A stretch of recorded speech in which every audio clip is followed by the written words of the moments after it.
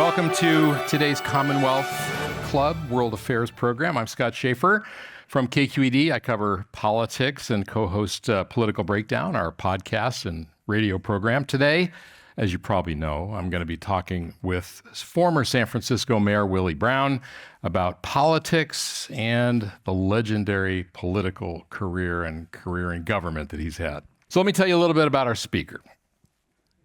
Willie L. Brown Jr. is widely regarded as one of the most influential African-American politicians of the 20th century, one without peer here in California. 2 years ago, he was inducted into the California Hall of Fame by somebody he appointed to his first public office job, Gavin Newsom.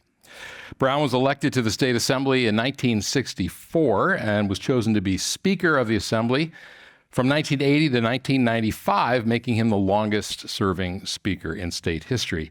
He'd still be there if term limits hadn't kicked him out. He told me that. He then served his two terms as mayor of San Francisco, overseeing major public works projects such as refurbishing City Hall, jump-starting Mission Bay, and presiding over the construction of the San Francisco Giants ballpark. He left the mayor's office in 2004, and now he heads the Willie L. Brown Jr. Institute on Politics and Public Service. Please welcome Mayor Brown to the stage.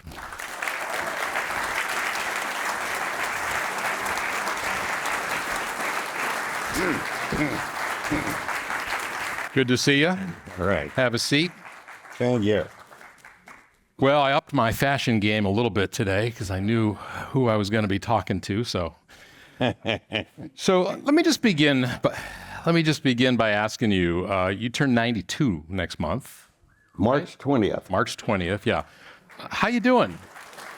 Well, I announced the date because people might get confused in the gift giving. What's on your wish list? Well, let's talk about politics. Yes. Because, and I'm going to begin by asking you about something that's in the news. President Trump and the Department of Justice seizing voting equipment and ballots in Georgia, which he still claims falsely that he won in 2020. What do you make of that and the fact that he wants to, in his words, nationalize? He wants Republicans to nationalize the elections. What does that mean for us in 2026 and maybe 2028? Well, in reality, I think President Trump will love nothing better than to never leave the job. And he is going to, in my opinion, do everything he can between now and the exit date for his term. I think he's going to do everything he can to postpone that exit date ever happening. And if he could do what he tried to do many years ago when he said in Washington, hang Pence and do the things that he wanted done so the vote count could never be announced. I think he's going to repeat that process, and he's hoping when he went to Georgia to gather evidence of some activities that he claims cost him the election on his second term, a second effort to run. That's just the way he is. And he couldn't care less what we think about it. Yeah. I know I've talked to Governor Newsom about this, and he thinks that the sending in the National Guard into these cities is sort of a prelude to doing that around an election, whether it's the midterms or the presidential election, to sort of claim that there is some kind of shenanigans or threat to national security. I mean, is that what you see? Well, I think that with President Trump, he really is of the opinion that we, the American people, will never exhaust application of the rules to him. Whatever the rules are, every nature of everything you could ever do, this man is capable of doing it, and he is capable of getting away with it, as evidenced by the fact that he has. And he's got an immunity thanks to the Supreme Court. Totally. He spent time, the first time he was president, appointing people to the job of the Supreme Court. Not only that, he filled federal judicial vacancies like no previous person, the previous two presidents, has ever done. He really has been focused for a lot longer than we have ever been conscious of making sure that when he got the presidency, it would be similar to being born the king, rather than appointed the king. You were in elected office for many years, starting in 1964 was your first election. You lost an election in 62. I want to ask you about that in a minute, but that was Pat Brown was the governor then. So you were there for him, Ronald Reagan. You were there for Jerry Brown 1.0, and Duke Majan and Pete Wilson, Gray Davis. I mean, you're still here. So you've seen them all, Arnold Schwarzenegger. Have you ever witnessed anything approaching what we're seeing now, not in Sacramento, but in the country, in terms of, a threat to democracy? And I have an answer, I have a thought, but I want to hear what you think first. No, I've never seen anything, I've not even seen an example of any of the things that this particular president is currently doing. All of those governors that you mentioned, at one time or another, I interacted with them. When Reagan took the job of the governorship, from Brown. Pat Brown, father, yeah. I was the chair of Ways and Means. If you're chair of Ways and Means, you're the author of the state budget. So I was essentially the author of Reagan's budget. Of course, my friend John Burton, the late John Burton, extracted all kinds of commitments out of Reagan. And I never knew what their... Give me an example or one or two, like what things that happened that wouldn't have happened. COLA for welfare. Cost of living increase. Probably the most dramatic of all. And I gotta believe Burton must have said to Reagan, that guy Willie Brown was a little nuts, so you better try to figure out how to satisfy him. I never knew that, but I know Burton was capable of making those representations, and therefore Reagan signed. Reagan also signed the first abortion authorization. Which he later regretted, he said. He said he regretted it later, but he signed it.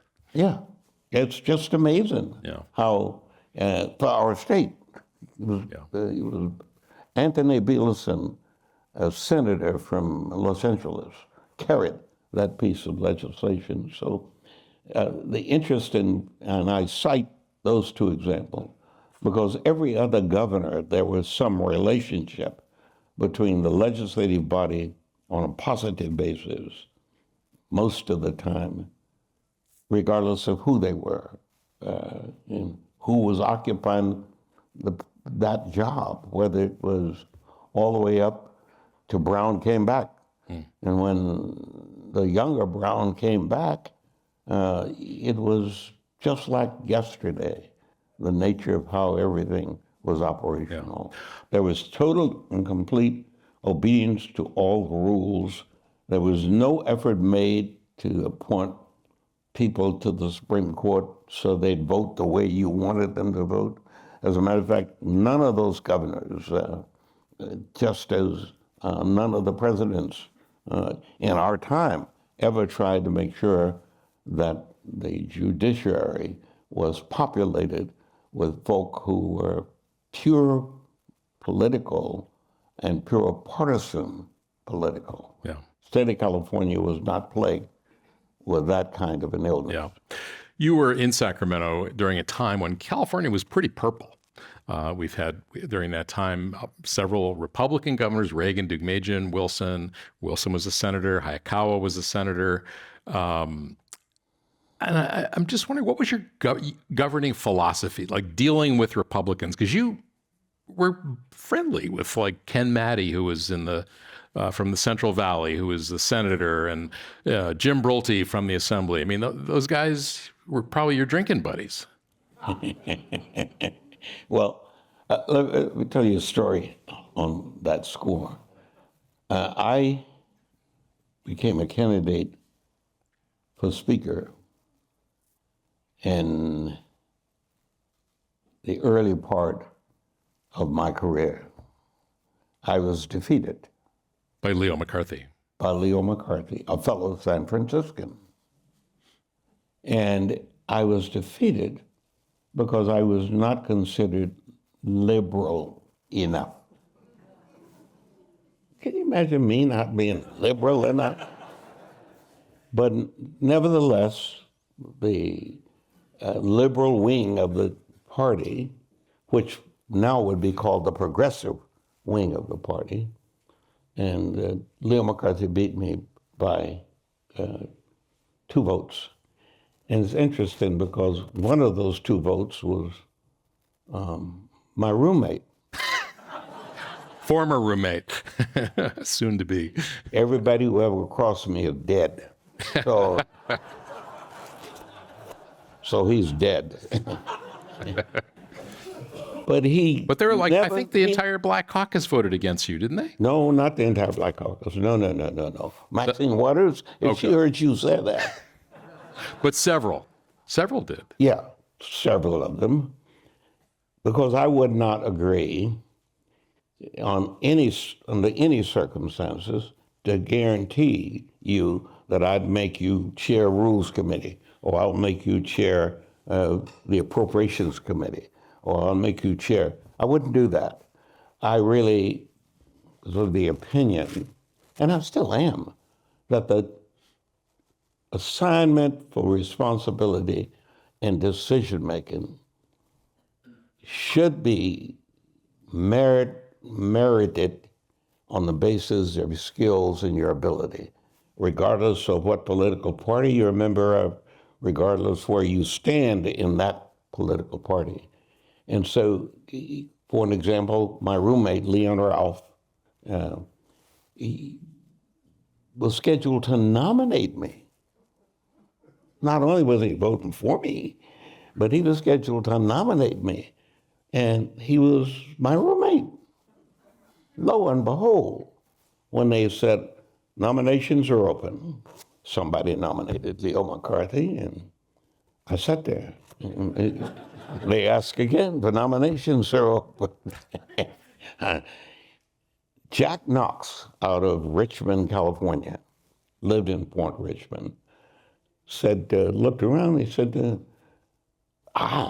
Willie Brown's my candidate, so I'm going to nominate him.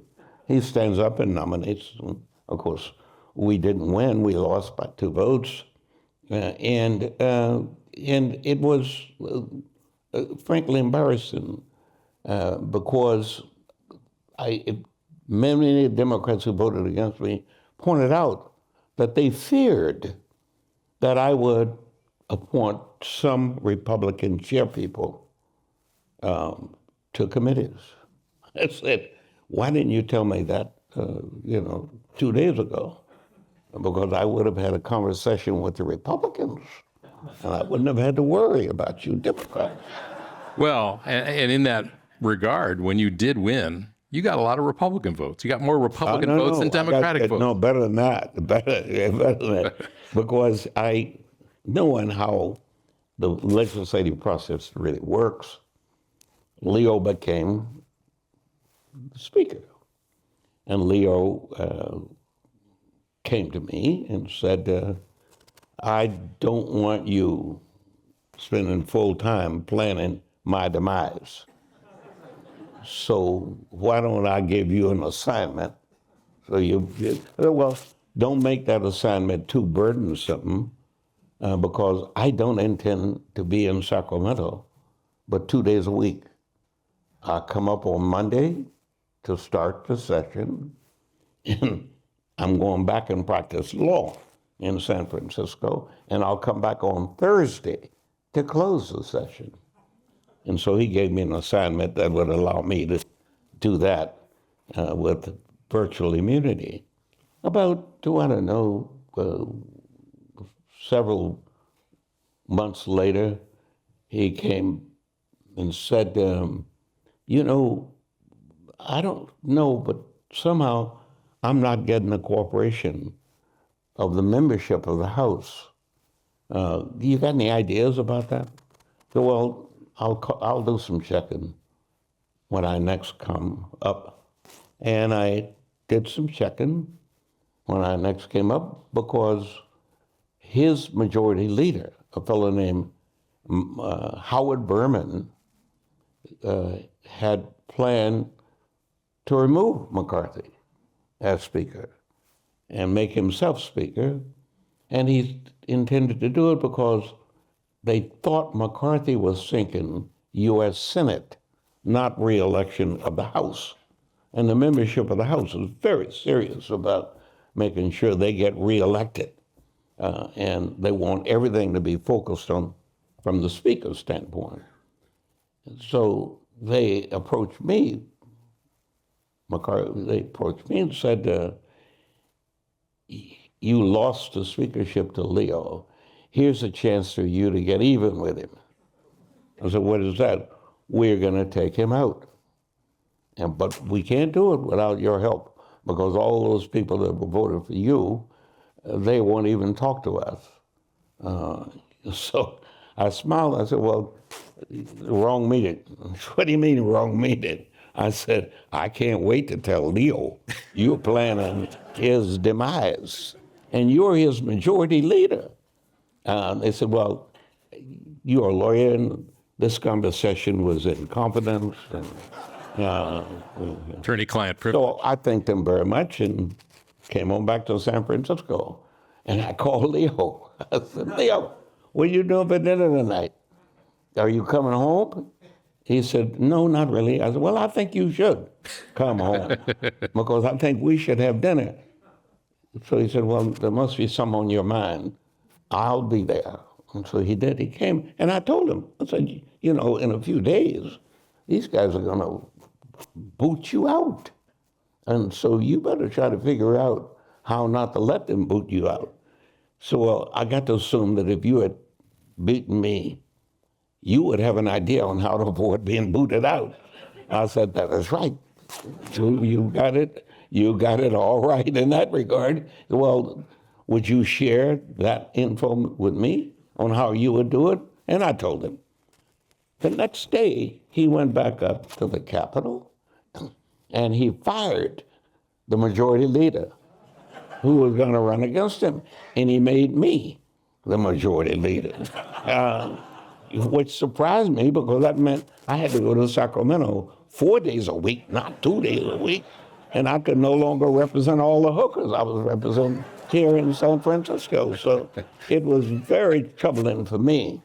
But I understood why Leo did it and how he had to stifle Berman. So what's the... He did.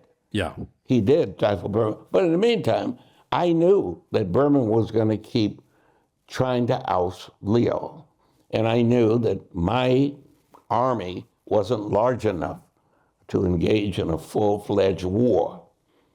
So we set about to chat with my Republicans.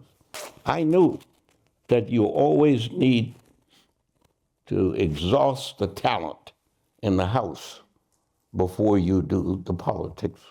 What does that mean, exhausted? Correct. And that's what I did. What does that mean? That meant that I went to the Republican caucus, and I knew that there were some of them that had some skills not being utilized, and I set about to put them to work since I was a majority leader. And in the process, over the next several months, every meeting, somebody would make the motion to unseat McCarthy, but they could never get the votes because in my conversations with Republicans, I told them it made no sense for them to participate in a family fight why are you bothering with those Democrats? So we Democrats, let us fight on our own. I knew that there was not 41 Democrats that would oust McCarthy. So we would go through the several months of the session, got reelected, and the next time the gavel dropped, McCarthy agreed that his tenure as leader was up and he would support my becoming the leader. He had no idea that I already had all the Republicans with that same opinion. And so when when when it came time to cast the votes, we had 48 Democrats and 32 Republicans in the House. They made the motion to try to get rid of Leo McCarthy, and they didn't have the votes. And therefore, Willie Brown emerged in the following manner. There were 23 Democrats for Willie Brown out of the 48. There were 25 Democrats for McCarthy, for Berman or Berman out of the 48. The 32 Republicans, there were 4 for Berman. There was 28 for Willie. That constituted 51 votes majority. I won the speakership. what did you owe them? Great leadership. And appointments, jobs, what? And that's what they got. And they got that for many years. They acknowledged it. But I was careful. I made sure that at least 5 of them would never cross me under any circumstances. No matter what the price was and what the reward was, they just wouldn't cross me. I also had the good pleasure of doing things that needed to be done. For an example, the House had never, ever provided health care for the membership. I, as Speaker, provided health care for the membership. The House had never provided travel assistance for the membership on a weekly basis from your district back to the Capitol and back, except for those of us who could drive it because we could get a car. I made a deal with American Airlines, and I put a ticket office in the Capitol. And in that ticket office, And let me guess, you got all the frequent flyer miles.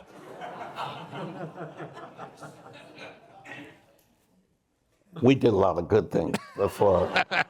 We did a lot of good things. And as a result of that, the relationship that I previously had with the Republicans, because of my friendship and my directions on the budget with Reagan. It's kind of interesting how that happened. When he was governor, with me being the head of Ways and Means, and he had a dinner once or twice a month at his house in Sacramento for the leadership. And I was, obviously, Ways and Means, considered part of the leadership. And the first time we had dinner, Reagan was a great host. He starts discussing the things that he, as a youngster, had been interested in. And in that conversation, I said, you know, it's interesting, you talked about trains.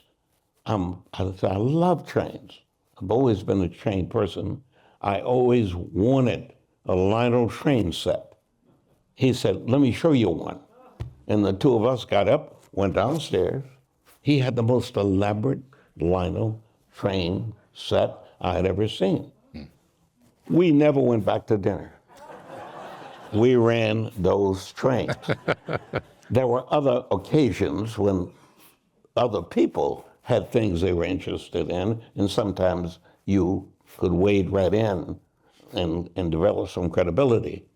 I developed credibility with some of the Republicans by virtue of the train relationship between Ronald Reagan and Willie Brown. And Reagan You railroaded him for some things, probably, right?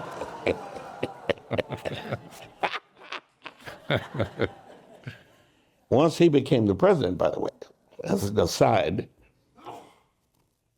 and he was no longer, once he'd finished and he was coming back to California, Wilson was the governor. Wilson sent a letter out to Reagan, asking Reagan to come visit the Capitol, come back to visit the Capitol. And Reagan's staff guy called then the governor and said, listen, you got a better shot of getting Reagan if Willie Brown invites him, if the speaker invites him. And I invited him, and he came instantly. And I invited him because it was important for us. Term limits were about to be seriously discussed and voted on. And I had previously had a conversation with the president about term limits, and he didn't like term limits either. He sent a letter to the voters of California, or I could send a copy of the letter he sent to me, where he said, if there were no term limits, I would still be president. And he was probably right.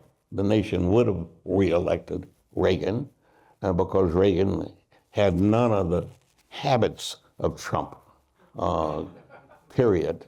And so those developing relationships between Republicans translated into my having the speakership for as long it would be legally possible for anybody to have the speakership. I want to come back to some of that, but I got to ask you, what's going on? I got to ask you, when you got home to your roommate after he failed to nominate you, what was that conversation like? His key didn't fit the door.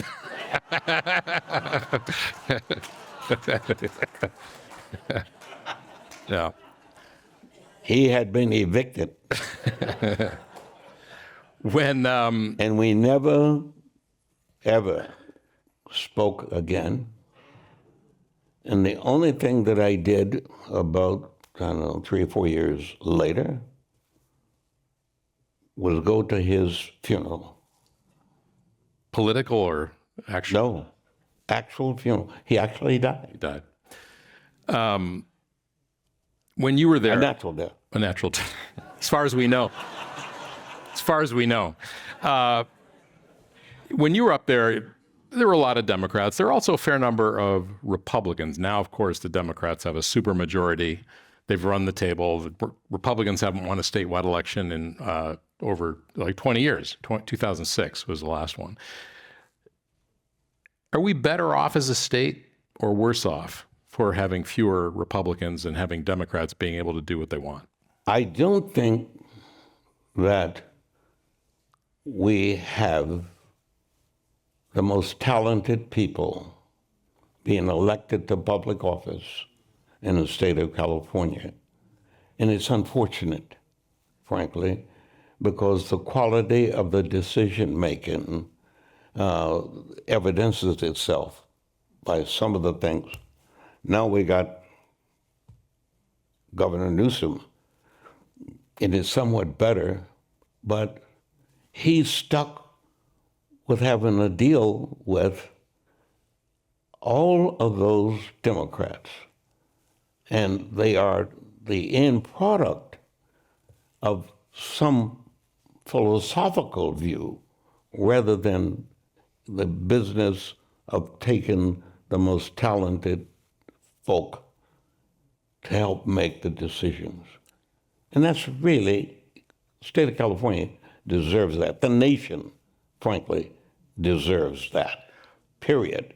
And that's what we had from about, I don't know, from maybe the middle, late, from the time Jess Unruh was the Speaker of the House, all the way through, I think, my exit.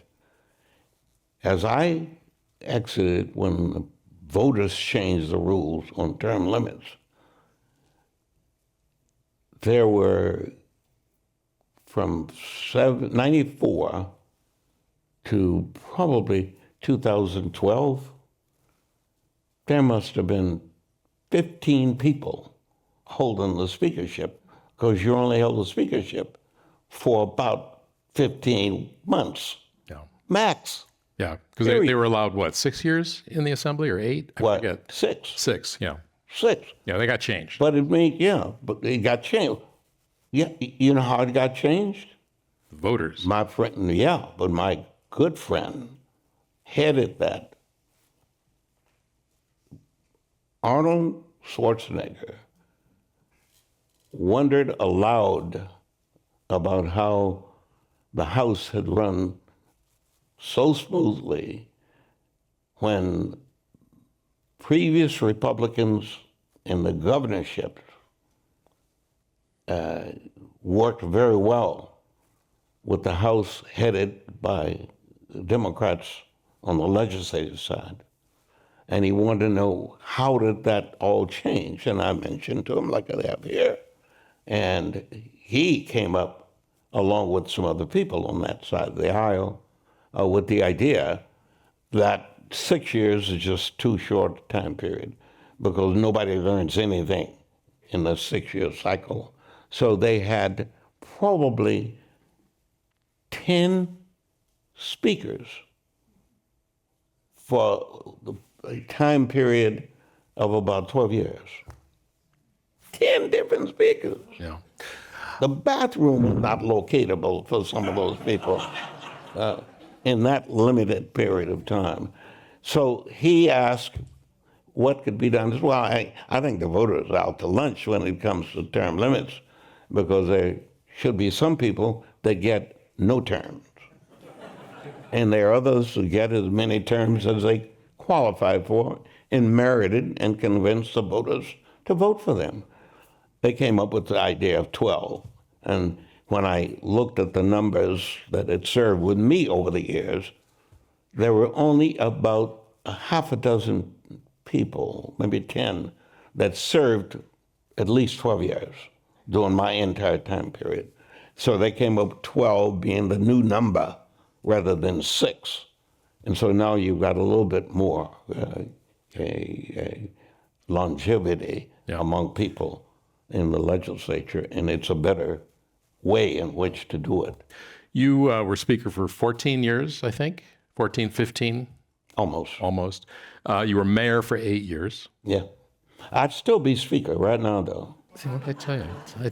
I think Literally. I know you would, Literally. but you became mayor, and you wouldn't have known. Joy beyond belief. Being the mayor of this city was like being the guy who plays the role in the best series of movies that was done, and I assume 007 would be who you'd have to say you'd want to have. And literally, that's what it was like for me in San Francisco. It was fabulous. I loved every second of it because I had real great help. First, I got the opportunity to appoint 6 members of the Board of Supervisors. 6. By getting some people jobs to get them off the board, I think, right? Oh, yeah.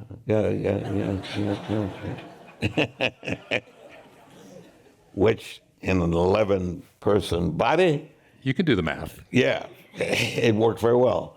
And I enjoyed it very much. There were so many things that needed to be done in San Francisco. And to be able to get them done with the cooperation that had been generated, and not just in the halls of the legislature here, the supervisors, but ordinary citizens participating, business operations participating, headquartering here, and doing the things that needed to be done to help make the city work.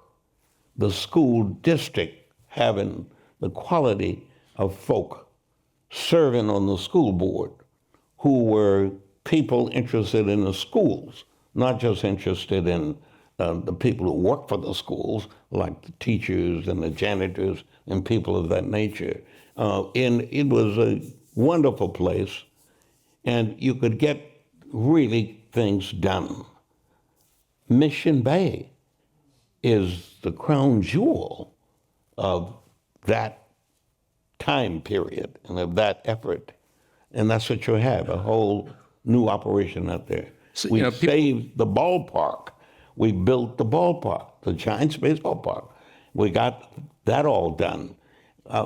We got so many fabulous things done in the time period that I served as mayor of the city. And by the time it became clear that term limits were limited, I was ready to go. And I'm ready to stay gone. Why is that?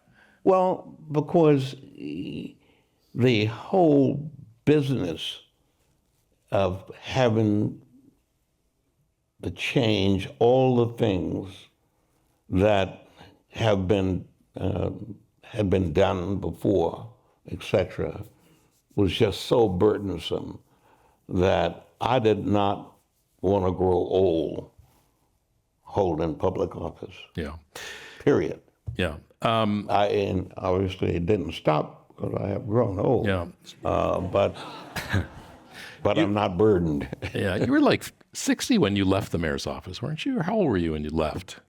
When I Left the mayor's office, 2004. 20 years. So you were like 62. No. 72. 70, Math is hard for me. I'm sorry. that's all right. On the fly, man. I need a calculator. No, but I've been gone. I've been gone. yeah. So people often say that the speakership is the second most powerful job in California. No one ever says the mayor of San Francisco is the. Well, the speakership can be the most powerful job in the state of California if you do it right. For an example, we did things that you could only imagine. Nelson Mandela is in jail in Africa.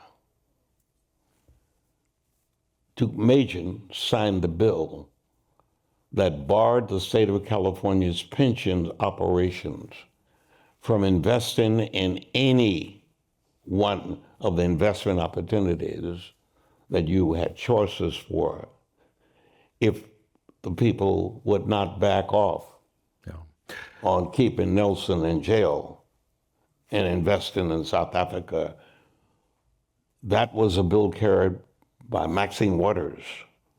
It was navigated, obviously, through the speakership, but also through the president pro temship of the Senate.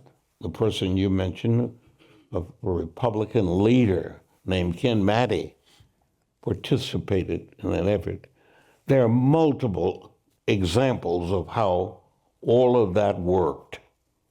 And in the process of all those things working, we created a 5-person body that kind of ran the state of California. And it was not, the governor was just one of 5. The 4 of us were the leadership of both houses. When you think of all the things you got done as speaker and all the things you got done as mayor, where do you think you had more of an impact? I think I had more of an impact in the state Really? because, for an example, we changed the view of whether or not gay and lesbians would be treated as full citizens in every way, period. And then, of course, there had been additional LQs, et cetera, added. But we did that. That was like 75 or something, wasn't it? It was early, before you were speaker. That's right. But we did that. We did that. There are other examples of things we did in the halls of the legislature and that I had something to do with at each one of the steps. One example, Mike Roos, a member of the House, majority leader under me, was the person that replicated what Diane did in D.C. You recall that when we had the shootings at 101 California Street, she got her membership in both houses to follow her leadership. And that's when they did that 5-year Assault weapons ban. Yeah. We did that in the state of California under Mike Roos without any cap on that kind of a gun control. We did things of that nature with regularity at the state level, and they affected the whole state. So I would spend in that position as much time doing what I did in San Francisco as mayor. As speaker, I spent the same kind of time doing things in the state of California, similar to what I ultimately did as the mayor of the city in my capacity as speaker, because of that 5-member group that I told you that ran the state of California. And I made sure that on every time we had a dispute, I had 3 votes in the 5. Yeah. We are going to take audience questions in a few minutes. I think you probably have note cards maybe that were on your chair. So if you have a question for Mayor Brown, maybe I guess maybe put your hand up and it'll be collected, Dan, in the back, and maybe somebody else will collect those. I want to ask you something that you're not going to like. You mean something else? So you mentioned earlier, this is a 2-part question. You mentioned that you had appointed 5 members or 6 members of the SUPs. And there was a reaction to that by the voters. Voters, I think, enacted, they put back district elections, if I'm not mistaken. They gave the Board of Supervisors more power over appointments to take away from you. You were mayor at the time.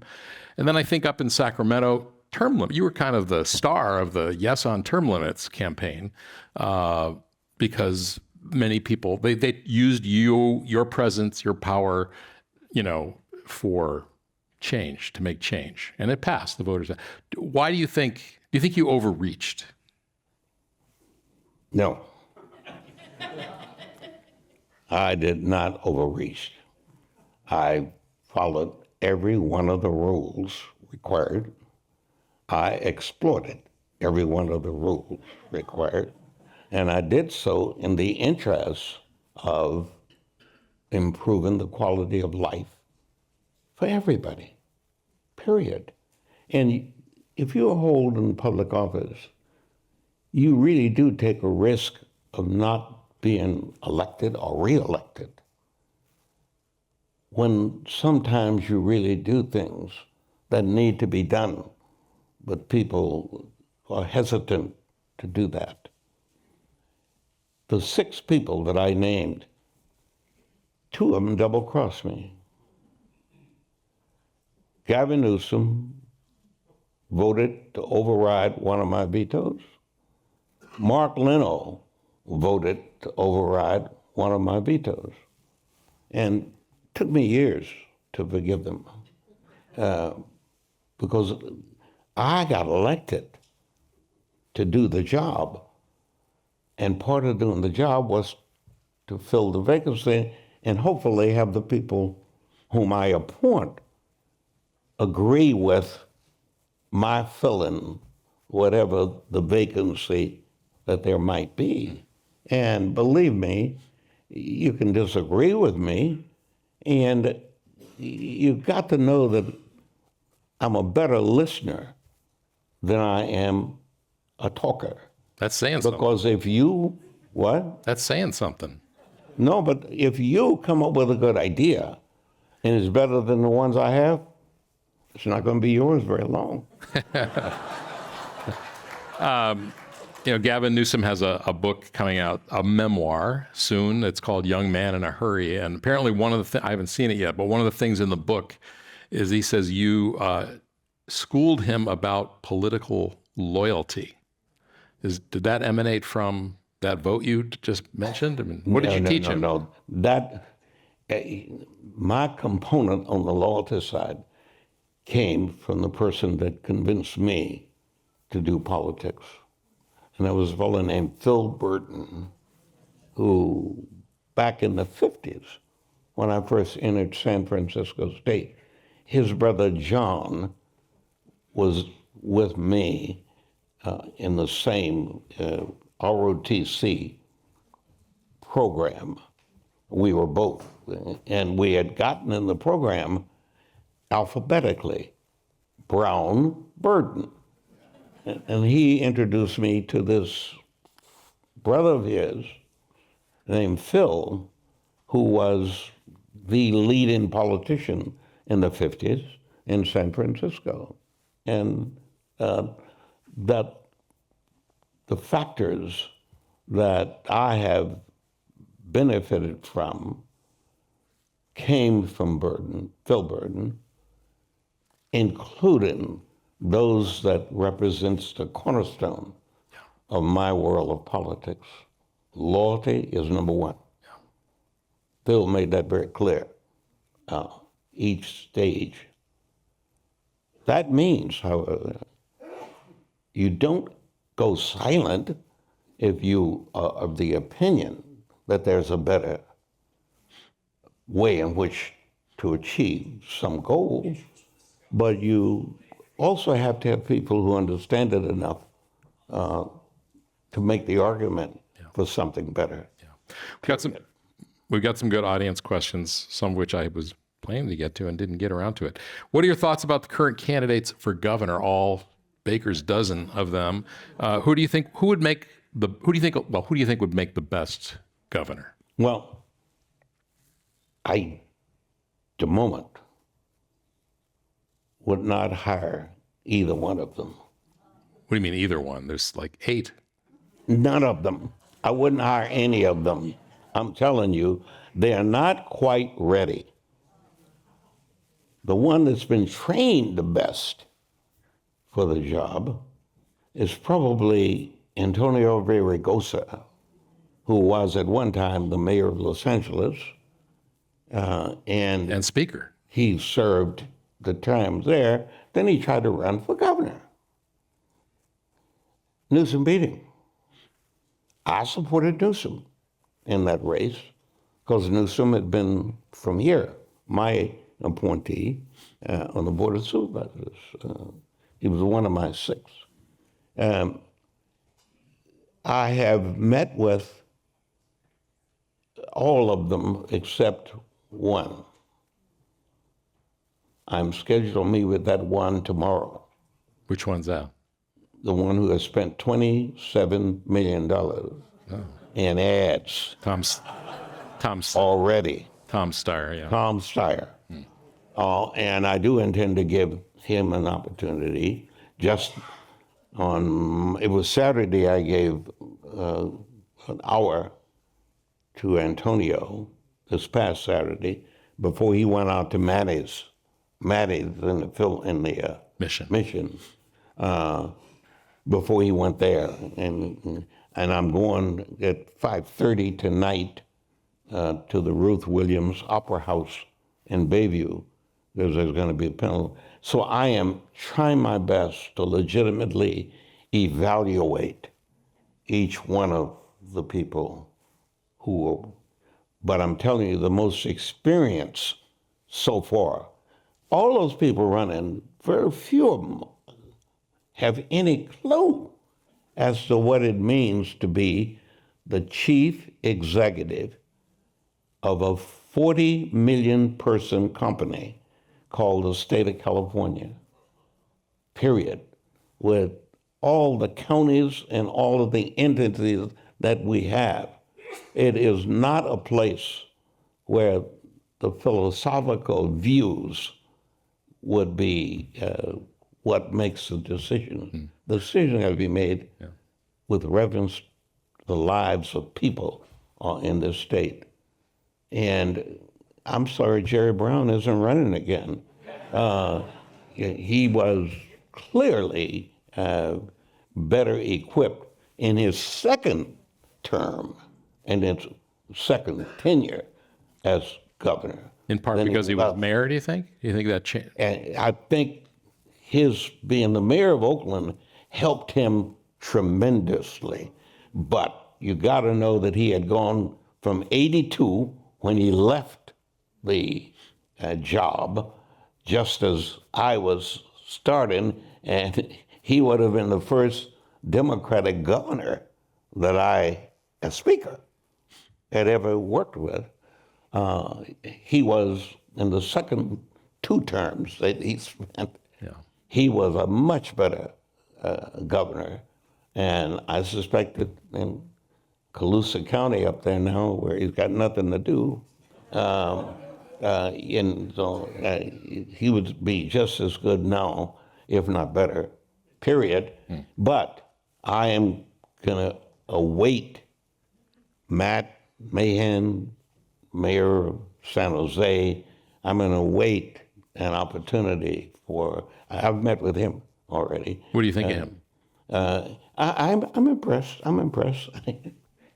But I have to be careful because sometimes I enjoy making the jokes. But somebody asked me, when he asks you, what do you think ought to happen? So, well, tell him to come back to talk to me when he shaves. He's 43. Just a Willie Brown line. Doesn't mean anything, but it amused me. Yeah. So you said Villaraigosa, but he's pretty far. I mean, it's wide open. A third of the voters have made up their minds. But who do you think will win if you had to bet right now?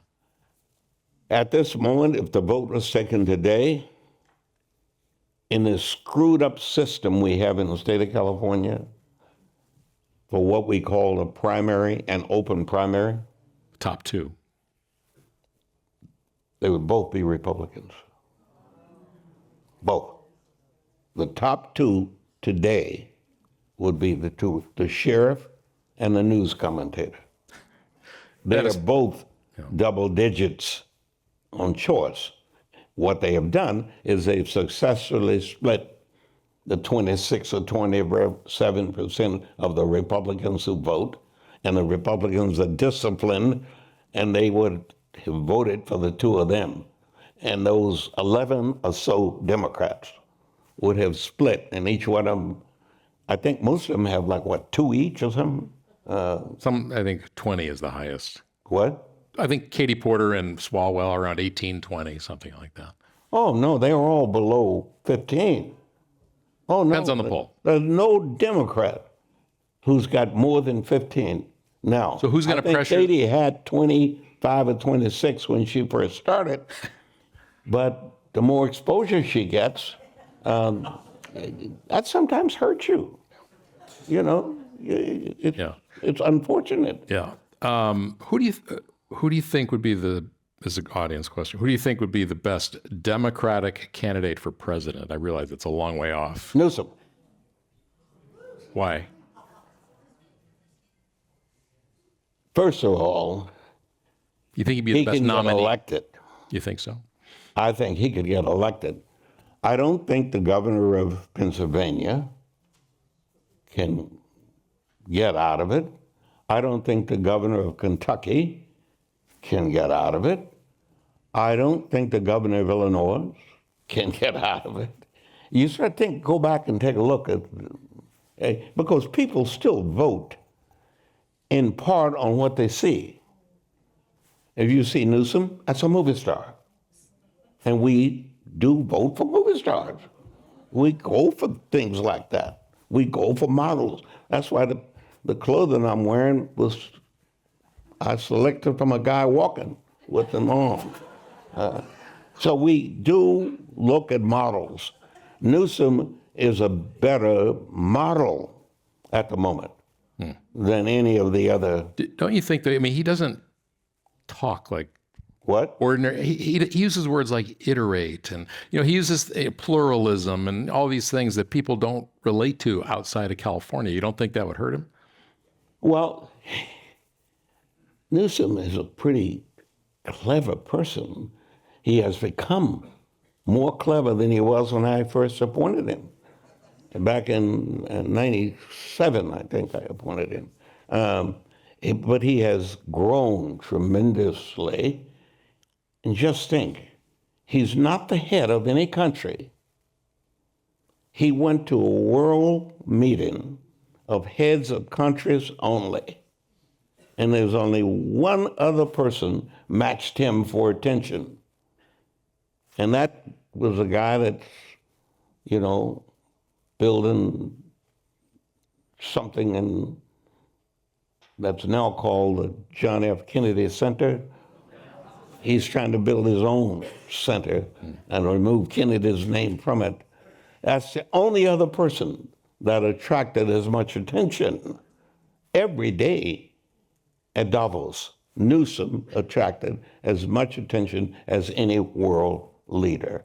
Newsom still gets attention in events of this nature more so than almost anybody else. And I'm frankly going to guess that the alleged criticism that if you're a Californian, Newsom will definitely, when he's in Indiana, appear to be an Indiana. Well, that goes to the authenticity question, though, I think, doesn't it? Another audience question: what do you think Kamala Harris is going to do in 2028? And does it matter? She could very easily have become the governor of the state of California if she had chosen to do that. She has not chosen to do that. I think she probably was conscious of her not having to face all the applicants for the job now had she chosen to run. But then again, there's got to be something that I don't know about that job, because Padilla turned it down, the lieutenant governor turned it down, Rob Bonta has turned it down. Everybody's turned it down. So much so that when I chat with the guys, maybe I should run for governor. I don't know what Vice President Harris intends to do. You think she should run for president? I think she would have been a perfect candidate for governor. I think that's what she probably wanted to be initially when Boxer quit, 2015 and thereabouts. She was a U.S. senator. She was a attorney general. She chose to run for the U.S. Senate, and Newsom ran for the governorship later, and that worked very well. Then she got that job, and that ended up propelling her into the VP slot.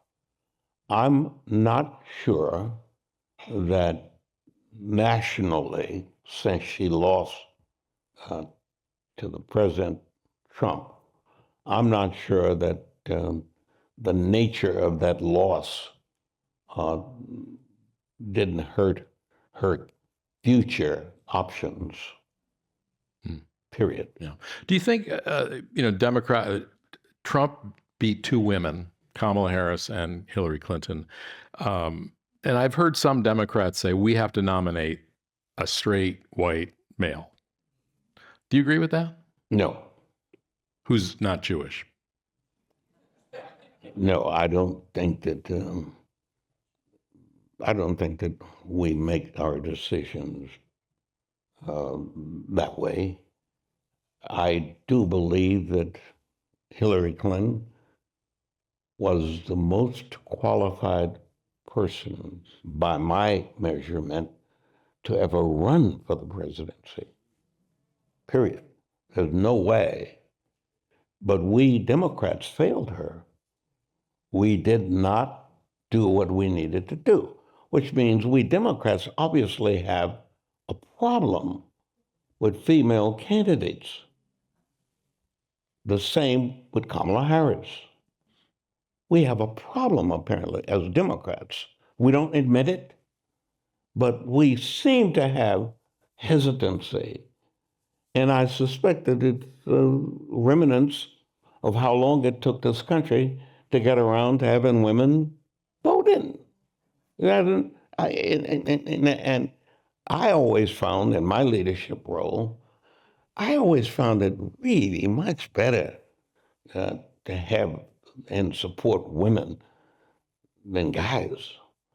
Very seldom do you ever hear anybody ask, did she pay her taxes?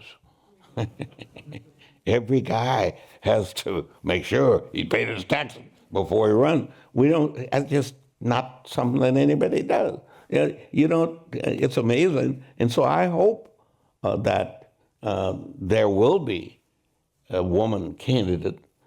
When I referred earlier to the prospect candidates challenge in Newsom, there is no current woman thinking about doing that. Well, Gretchen Whitmer, governor of Michigan.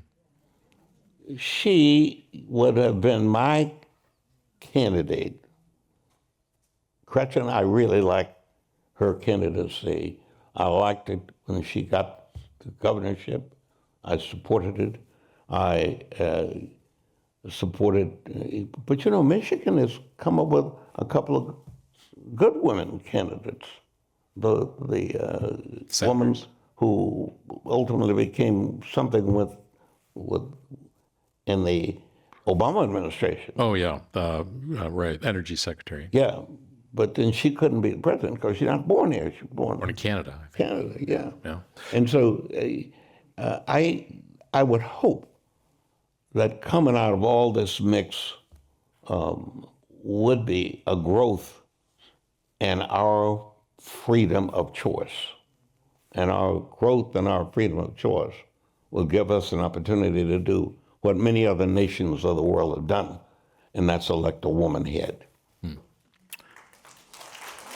I mean, we're one of the, I don't know what the numbers are now, but we're one of the, minority of states, I think, that's never had a woman governor.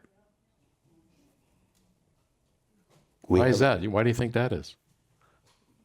Because we Democrats have just not done the job we need to do. But we elected two women senators. What? There were two women senators. Yeah, but we don't mind women becoming senators, apparently.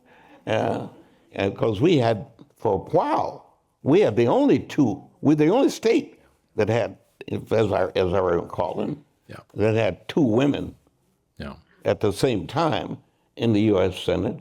And and it's amazing because we could have continued that process if Kamala had stayed in the Senate, because when Diane passed on, it would have been amazing. Yeah, frankly. We're almost out of time. I've got a good audience question to end on, I think. What are you most proud of and most regretful of in your career?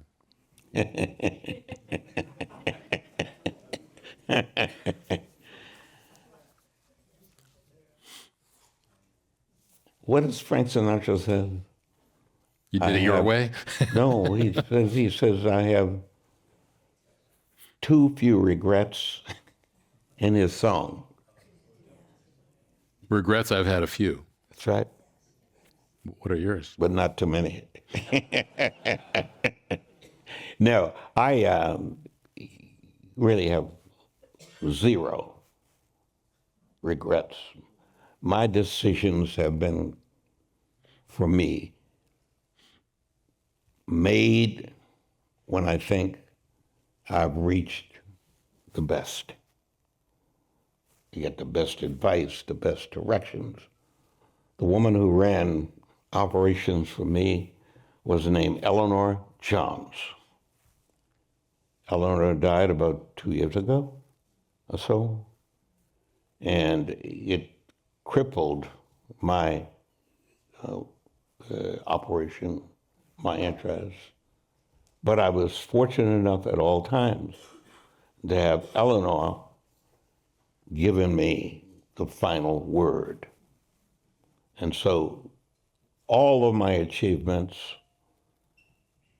have the footprint of the people who worked for me, and they were mostly women. Yeah. On that note, Willie Brown, thank you so much for joining us today.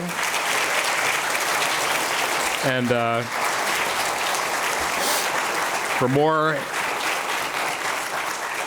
more information about membership or upcoming Commonwealth Club Affairs, World Affairs programs, please visit commonwealthclub.org. I'm Scott Schaefer. Thanks for coming out. Have a great day. Thank you.